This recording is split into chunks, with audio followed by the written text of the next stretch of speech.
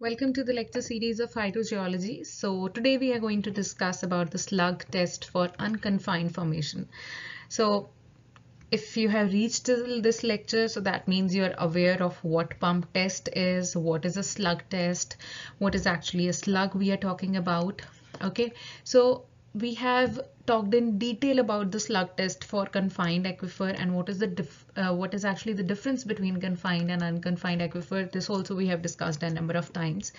So today we are just going to discuss that what are the methods specifically for unconfined aquifer. Okay, so whenever you're going to deal with such a situation, so in that you will have to look at that which method you're going to use. Why? Because there is a classification basis for it. Now why I'm saying this, because there is a baseline that the classification is by whether the water table, or should I say the well screen, is intersecting with the water table or not. Okay, so there are two cases, like there are subdivisions under it. When we come to first, this is known as Butler's classification, that the well screen is below the water table, and second is when well screen is interacting with the water table. So when you're looking into this category, well screen below the water table, it is further subdivided on what basis? On how the storage mechanism is handled. Now whenever I am going to refer to a storage mechanism, that is, I am talking about the aquifer's property, which is telling you that how much water it is holding and how much water it is releasing. Okay, so now when you have got this, I told you that there is going to be a categorization subdivision under this also. Let's say you are having a well screen below the water table. So in this case, whenever you are going to refer to the thickness, the saturated thickness, or how much change is going to occur in the saturated thickness during the test, that is typically very small.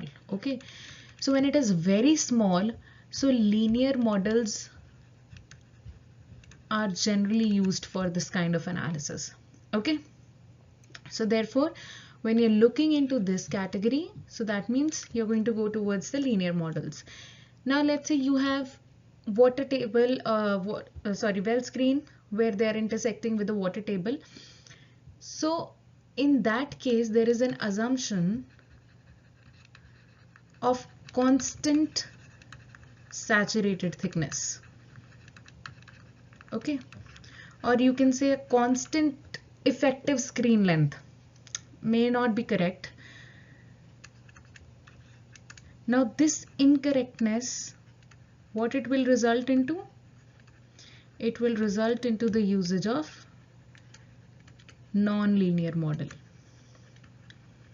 Okay, we'll discuss further what kind of models, what are the names of those models, but for now I just wanted to give you a glimpse of it, that there is a classification base that whenever well screen is intersecting with the water table, or whether it is below, so we are going to put them in different categories. Why? Because there will be different models which would be applied. Okay, so there are further assumptions also. We'll talk them in detail.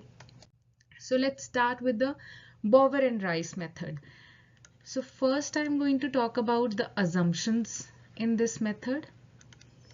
So initially, or rather I should say originally, when this method was developed, it relied on two very simple assumptions.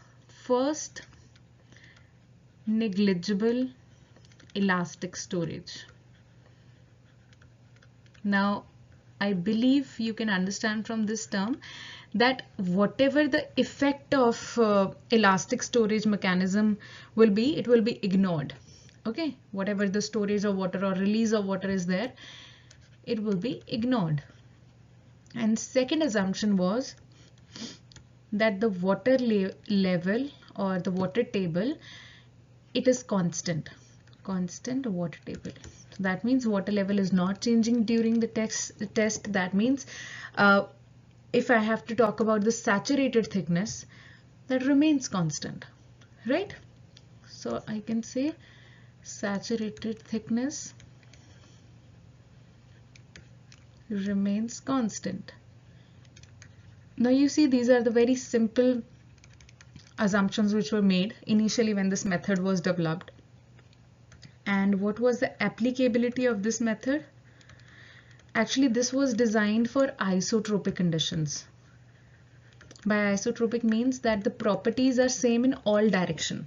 But further, when research was done, when scientists did more experiments, they extended it for anisotropic also. But you just see that whenever we are looking at isotropic, in all directions it is going to behave same. But you see how the complexity has come into picture when we are talking about anisotropy, because here the property might be same, but here property might not be same. Correct? So the theoretical application in unconfined aquifers, how it is that the slug test method, it applies theoretically to aquifer where the upper boundary act as what? A plane source or sink. Actually, that is the definition of unconfined aquifer, correct? Second, if I look at the practical applicability, so this is applicable to, I told you, for confined also, for stratified also, and for semi-confined also. Okay. Now, why is it so? This is because if we look at the head difference, that is, let's say we are denoting it by H. Okay. Now, this is dissipated in the area which is, you can say, typically around the well. Let's say if this is your well. Okay. So most of the head difference when we are looking at, it is dissipated around the area which is immediately around the well. Correct? So therefore this method actually should work when the aquifer's upper boundary, let's say it is permeable or semi-permeable or anything. So that means it has practical applications also, apart from the theoretical application where we are just saying that it is it can apply to the unconfined aquifer. Correct? Not talking in terms of accuracy. So whenever we are dealing with these tests, so the end result is that we are looking into the properties of the aquifer. So that means here what we are doing, we are talking about the estimation of hydraulic conductivity, and it is theoretically more accurate when the distance between the top of the well screen and the upper confining layer increases. So in this case, you're going to get the accurate results. Okay.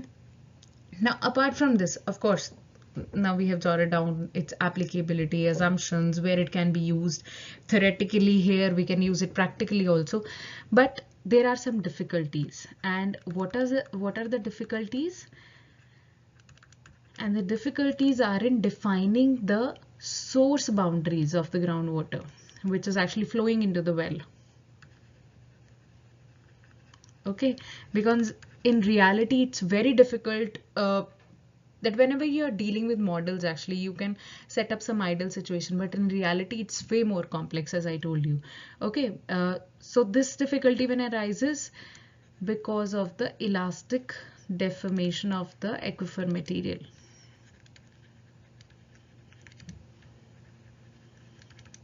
Okay, and if there is leakage also, then also there is some trouble. If let's say there is some influence of, let's say, some interbedded fine textured layer, then also there is trouble. So yeah, setting the boundaries is a big issue in this.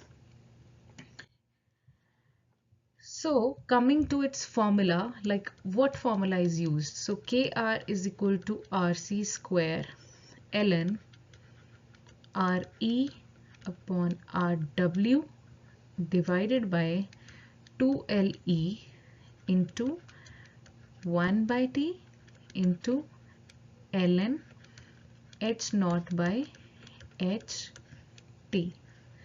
This is the formula. This is basically the analytical solution of the method.